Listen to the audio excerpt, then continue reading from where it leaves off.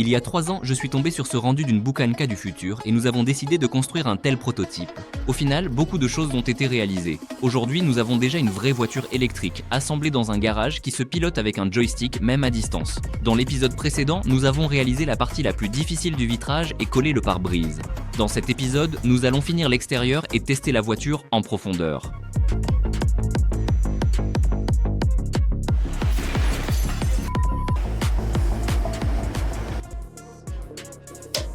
Ensuite, nous passons à l'installation de la tôle du toit. Le toit est immense, 3 mètres de long, 2 mètres de large. Nous n'avons que 2 poutres de soutien soudées. J'ai l'impression qu'il faudra ajouter encore des entretoises sur le toit, sinon cette plaque de polycarbonate, sous son propre poids, va s'affaisser vers l'intérieur.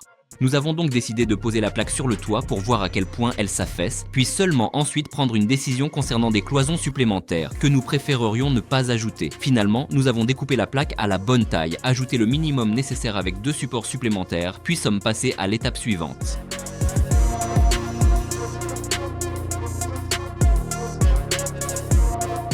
La question du toit reste ouverte. En fait, le problème, c'est que sur le dessus, la plaque de polycarbonate que nous devons maintenant coller pèse 70 kg.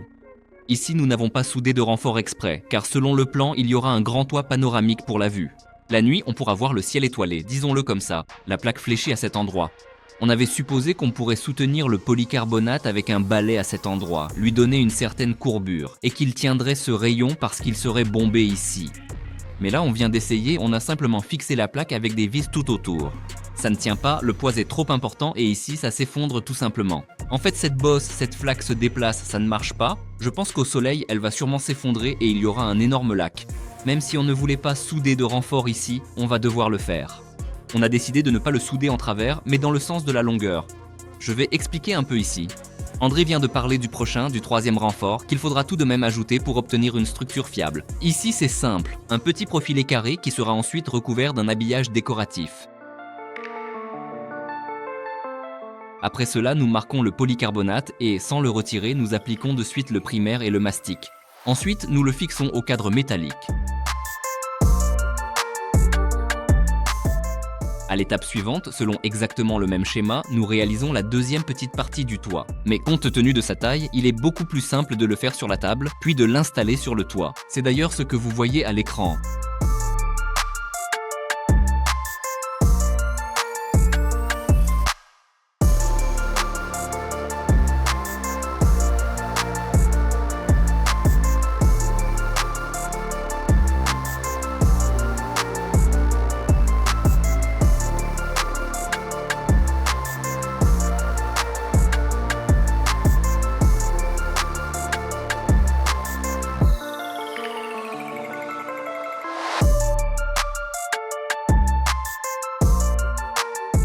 Et après que les gars se soient fait la main sur des éléments plus simples, nous passons à des éléments plus complexes, et littéralement en quelques heures. Selon la même technologie, la vitre arrière et les éléments arrondis que nous avons fabriqués dans l'épisode précédent ont été collés.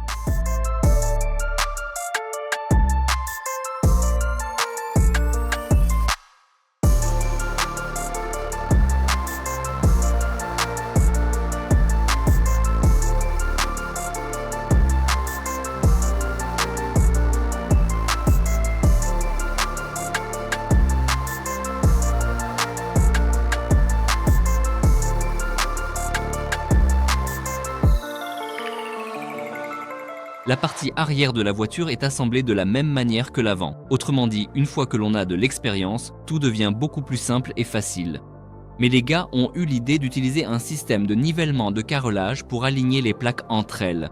Au fait, c'est un super bon plan, ils ont vraiment eu une bonne idée et ça marche aussi ici. À l'étape suivante, nous avons enfin décidé de coller le plancher. En réalité, il était prêt depuis longtemps, mais nous avons repoussé cette opération jusqu'au dernier moment, car sans lui, il était très pratique de corriger les défauts techniques. En parallèle, nous avons travaillé sur la décoration des roues. Nous avons modélisé un enjoliveur qui devrait donner un aspect futuriste à la Bucanca. D'abord, nous avons scanné la roue, puis nous avons créé ce design.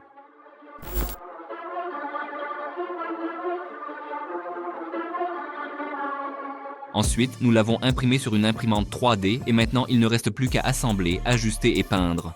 Je pense qu'il y aura beaucoup de débats concernant le design choisi. Personnellement, il m'a semblé que cela devait avoir un aspect moderne, mais il serait très intéressant d'entendre votre avis. C'est de lui que dépendra la suite. À savoir si nous gardons cette idée ou si nous commandons de nouvelles jantes. Il y a aussi une option plus simple, garder la version actuelle sous forme de disque plein. Donc, je vous demande vraiment d'écrire votre avis concernant les jantes, car c'est très important.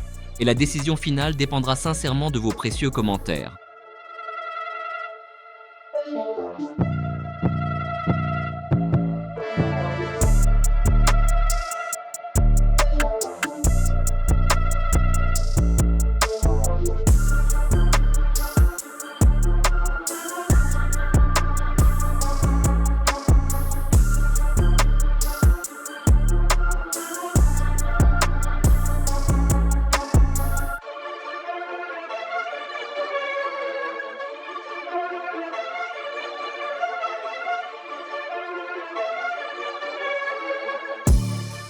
Après que toutes les pièces ont été globalement ajustées, nous passons à la peinture. À cette étape, nous avons choisi une peinture graphite neutre, mais d'abord l'après, puis la peinture.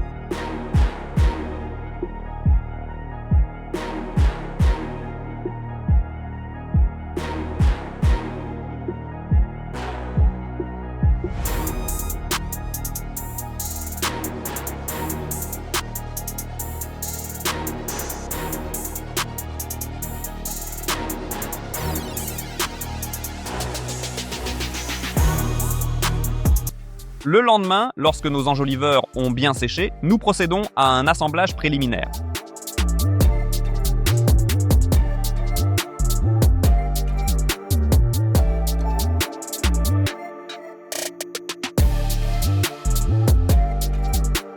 Je précise, il ne s'agit pas de l'assemblage final. Pour l'instant, notre objectif est simplement de fixer tous les éléments et d'imaginer à quoi cela ressemblera. Écoutez vos avis dans les commentaires, puis décidez s'il vaut la peine de consacrer du temps à une fixation solide et permanente des enjoliveurs. Environ une semaine s'est écoulée depuis que nous avons collé la vitre et nous avons eu quelques surprises.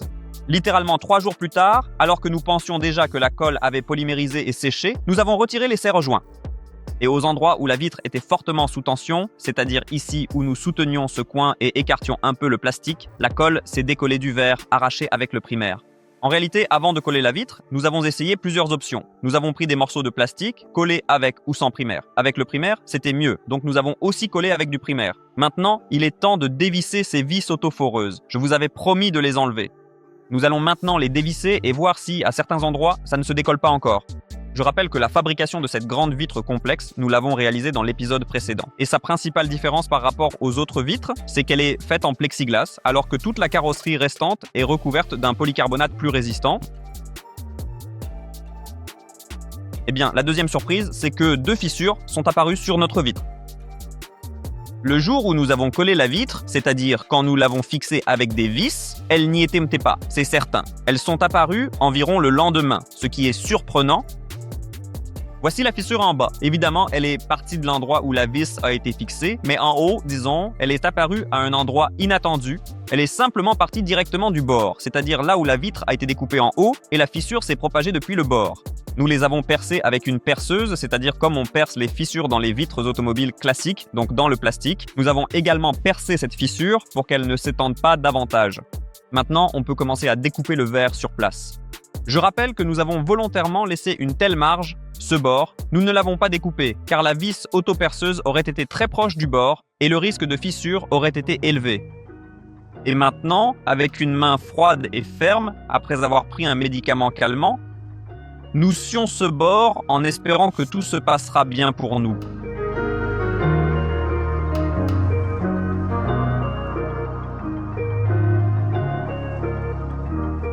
Le plexiglas se coupe horriblement mal, avec la meuleuse c'est un désastre. Même en réglant soigneusement la vitesse de rotation de l'outil, le matériau chauffe quand même. Des filaments se forment, ils se recollent. Je ne sais pas trop pourquoi, c'est vraiment un désastre avec le disque à tronçonner pour le métal. C'est un peu mieux avec le disque à tronçonner pour le verre, car ça chauffe moins, mais quand le disque surchauffe, il commence à se déformer et à perdre son efficacité. Et il en résulte des vibrations, donc l'essentiel lors de la découpe du plexiglas, c'est de ne pas surchauffer la surface, de changer constamment l'endroit de coupe et de laisser le disque refroidir aussi. Au final, j'ai passé une journée entière à découper et ajuster le pare-brise, mais finalement, tout s'est bien passé. Mais comme vous pouvez le voir, il y a eu encore quelques changements avec la voiture et Andrei va maintenant tout expliquer. Les vitres sur la Boukanka sont déjà collées depuis longtemps. Mais nous avons toujours de grandes craintes que la vitre se fissure. D'abord, c'est parce qu'elle a été collée sous tension, maintenue avec des serre-joints. Après un certain temps, 2 petites fissures sont déjà apparues, que nous avons percées. Et deuxièmement, la voiture n'a pas de renforts diagonaux. Et quand la voiture roule, la carrosserie travaille. En conséquence, c'est maintenant cette vitre qui supporte toutes ces charges. Dans les commentaires, on a proposé une méthode pour relâcher la vitre. Cela signifie la chauffer à une certaine température pour qu'elle prenne la forme dont nous avons besoin. Et nous avons décidé de suivre cette voie. Nous avons pris un chauffage à gaz. Maintenant, nous allons le placer dans la Boukanka, chauffer la température. Nous devons atteindre 90 degrés. C'est presque comme dans un sauna. Nous avons déjà fait quelques travaux préparatoires. C'est-à-dire que nous avons bouché tous les trous avec de la mousse. Nous avons créé une étanchéité conditionnelle. Eh bien, maintenant, nous allons chauffer notre sauna.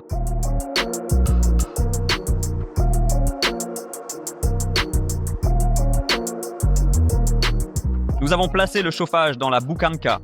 C'est simple. On ouvre le gaz, on allume. Nous allons contrôler la température avec un pyromètre. Il est aussi dangereux de simplement laisser Valon ici, donc nous allons le mettre dehors. Dans l'atelier, il fait actuellement 16 degrés à l'endroit où nous allons effectuer la mesure. Nous avons collé du ruban de masquage pour que le faisceau du périmètre ne traverse pas le verre, donc le processus a déjà commencé. En haut, il fait 23 degrés. En bas, nous avons encore exactement 20 degrés pour l'instant. Il ne reste plus qu'à observer et contrôler ce processus. Nous avons atteint la température de travail, il n'est donc plus nécessaire de surveiller le processus.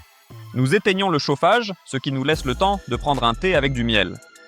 Le miel le plus délicieux. Vous savez où l'acheter? Chez Papa Sucré. Ce miel est produit par mes abeilles. Voilà, on prépare le thé et on attend que tout cela refroidisse. Et nous examinerons le résultat. L'extrémité du verre était aiguisée. Et maintenant, place à l'essayage. Ce sont les cales, ces petits éléments indispensables qui permettront d'adoucir ces 2 angles vifs et marqués du verre. Il y a eu de nombreux épisodes dans cette aventure et nous avions une grande confiance en nous. Sans les revêtements protecteurs en polycarbonate et en plexiglas, nous avons finalement décidé de les fabriquer nous-mêmes, à la main, avec soin. Ce sont justement ces éléments qui arrondissent, en quelque sorte, et donnent un aspect fini à notre projet. Nous les avons faits à l'aveugle, enfin à l'aveugle, façon de parler. Nous avons collé ici 1,5 cm de pénoplex en tenant compte de cela. Pour que le verre soit ici, nous avons également collé la même cale sur la partie latérale, et ensuite nous avons taillé ce pénoplex selon la forme de notre Boukanka. Vous pouvez voir dans les tout premiers épisodes comment nous avons fabriqué ces garnitures. Et voilà, c'est justement de cela qu'André parle.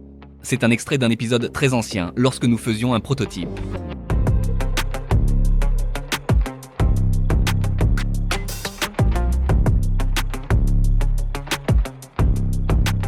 À l'époque, nous pensions encore que les portes avant allaient s'ouvrir. Nous avons donc fabriqué ici une bride qui fermait l'ouverture de la porte. Mais, comme vous le comprenez, les plans ont changé depuis. Et les portes avant, elles ne s'ouvriront plus chez nous, nous les avons collées. Je voulais justement parler de la forme. J'ai déjà estimé que cette forme, à peu près, ne convient pas du tout.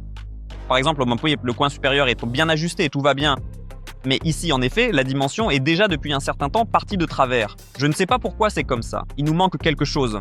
Il faut rajouter ici, il faut rajouter là. Et il faut aussi changer les rayons eux-mêmes. Je rappelle aussi que ces garnitures doivent être semi-transparentes. C'est pourquoi nous les fabriquons en fibre de verre sans gel coat.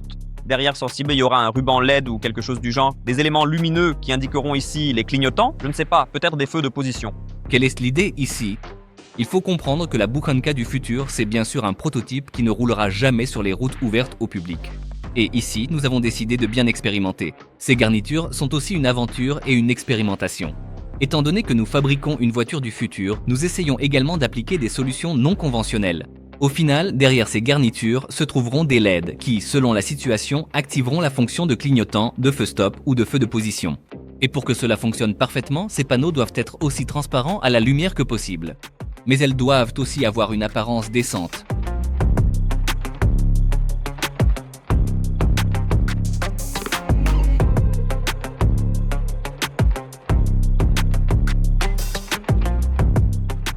Et donc, après les avoir ajustés à leur place, le drone reprend le travail. C'est maintenant le tour de travailler avec les garnitures qui seront installées tout autour de la Bukhanka. Et, comme nous nous en souvenons, l'idée était qu'une bande LED serait placée derrière elle pour les illuminer autant que possible. C'est pourquoi nous avons fait ces garnitures aussi fines que possible, mais elles présentent toutes sortes d'irrégularités et de défauts qu'il faut enduire. Alors prenez donc un enduit transparent, me direz-vous. Et je vous répondrai, je l'ai déjà pris.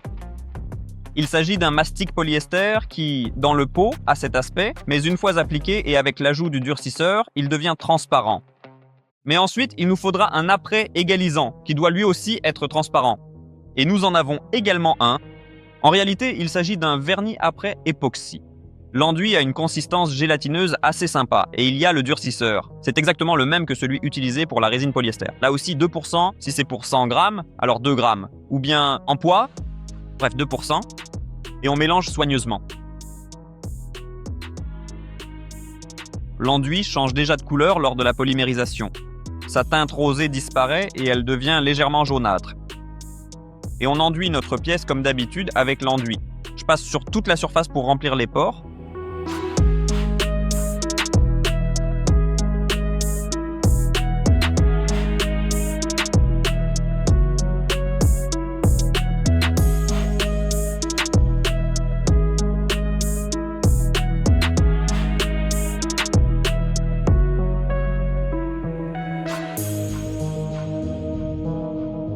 Nous avons ajusté et recollé les caches directement sur la voiture, nous les avons un peu retravaillés, poncés, et maintenant nous allons les peindre avec un vernis teinté pour qu'ils soient semi-transparents.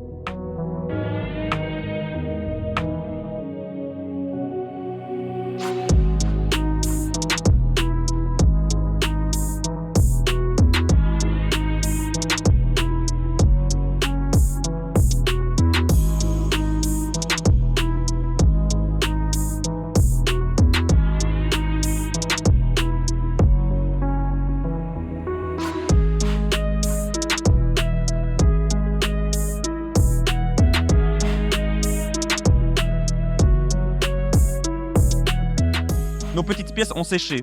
J'ai appliqué le vernis en couche semi-humide, en plus j'ai ajouté une base pour m'entraîner, et on a obtenu une couleur semi-mate, soyeuse. Au toucher, elles sont aussi comme ça, légèrement rugueuses. Concernant la transmission de la lumière, c'est-à-dire que tout est translucide, les diodes seront placées un peu plus loin, en plus il y aura un diffuseur pour qu'on ne voit pas chacune d'elles séparément. Je pense que ce sera pas mal. Cette installation est également temporaire et très conditionnelle, elle est faite uniquement pour voir à quoi ressemblera la voiture. Et après cela, nous les retirerons à nouveau pour nous occuper de la teinte, de l'application du film et de l'installation des LED derrière les panneaux. C'est pourquoi, pour l'instant, nous les fixons avec du ruban adhésif double face.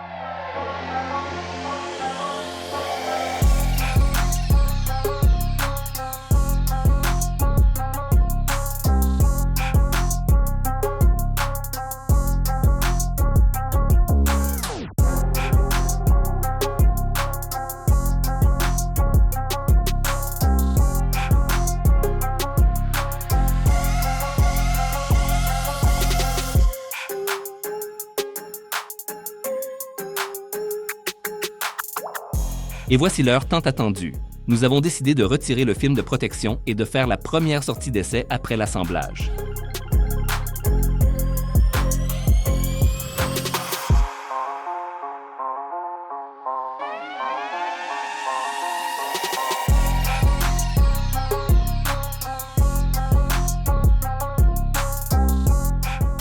Faisons le point.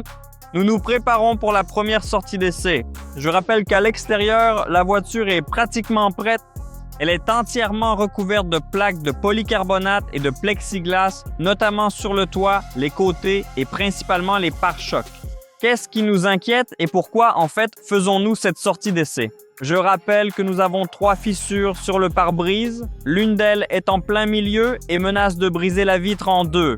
Nous avons fait tout ce qui était en notre pouvoir. Nous avons chauffé la vitre, percé des trous, mais la fissure continuait d'avancer. Il ne nous reste plus qu'à compter sur la chance. Je rappelle que notre voiture se pilote à l'aide d'un joystick. Dans les épisodes précédents, quand nous avons mis cela en place, des commentaires disaient que ce n'était ni pratique, ni confortable, ni sûr. Le contrôle à distance avec la manette PlayStation est juste une fonctionnalité. Bien sûr, une fois l'intérieur fabriqué et installé, nous aurons aussi des leviers de commande fixes. Ce sera également un joystick, mais plus fiable.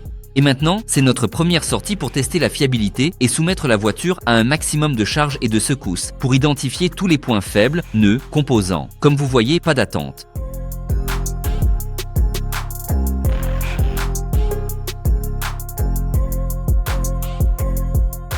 Nous avons notre premier incident. Nous n'avons parcouru que 15 mètres. La porte n'était pas fermée, elle n'était pas verrouillée. Elle s'est ouverte, la voiture a sursauté et un des galets de la glissière supérieure s'est cassé. Mais ce n'est pas grave, tout cela se réparera. Cela n'empêche en rien la sortie. La vitre n'a pas encore fissuré. Cela aussi nous réjouit beaucoup.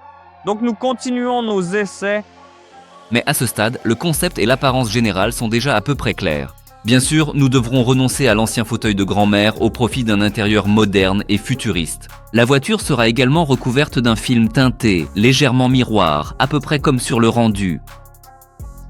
Les aventures continuent. Nous avons parcouru 30 mètres et l'enjoliveur est tombé.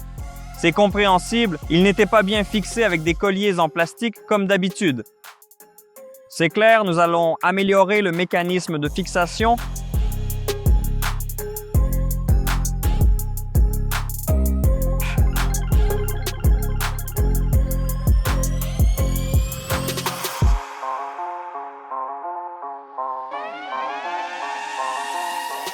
Nous sommes arrivés sur une surface plane, nous avons vérifié l'angle de braquage des roues et nous avons fait quelques tours sur place. Les vitres supportent bien la charge. Des défauts ont été constatés au niveau de la suspension avant. Chez nous, elle est en position la plus haute et lorsque les roues sont braquées et que la voiture oscille, elle touche le pare-choc. Donc il faut rehausser un peu la suspension avant, la surélever. Maintenant, nous allons rejoindre l'atelier en empruntant le chemin le plus difficile que nous puissions trouver dans cette région, c'est-à-dire que nous allons vraiment tester le véhicule au maximum, pour ainsi dire.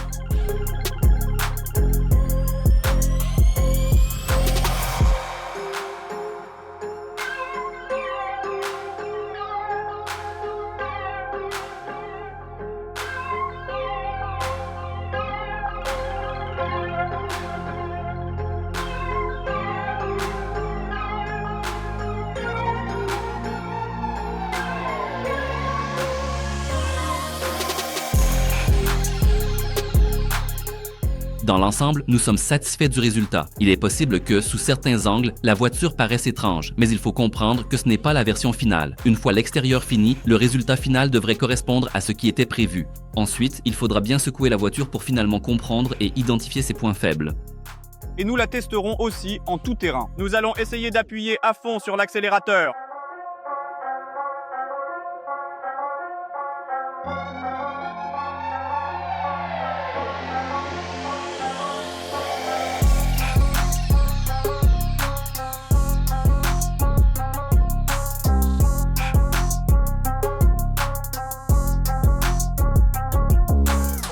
Et enfin, nous testons la voiture en accélération. Pour une raison, les gars ont décidé de le faire en mode autonome. Là, un autre défaut est apparu. On a vu que sur une longue distance, il vaut mieux contrôler la voiture depuis l'intérieur.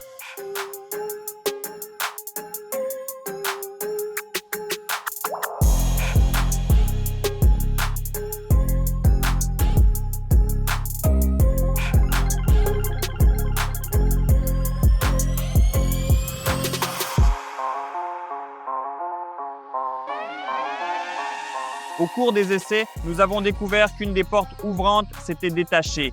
Il est nécessaire de la retravailler davantage. 3 enjoliveurs sur 4, nous les avons perdus. Nous allons améliorer leur fixation. Nous avons également compris qu'il est très inconfortable de rouler dans une voiture sans passage de roue ni garde-boue. Toute la saleté entre dans l'habitacle. Il faudra faire le ménage à l'intérieur, peut-être même un nettoyage humide. Mais les vitres, comme vous pouvez le voir, ont passé les tests avec succès. Et maintenant, passons au point positif, la suspension pneumatique. Elle fonctionne chez nous, mais nécessite un petit ajustement. Nous allons relever l'avant de la voiture, la direction du véhicule et le système électronique fonctionnent parfaitement également très bien. Nous avons effectué un test de croisement de pont du véhicule.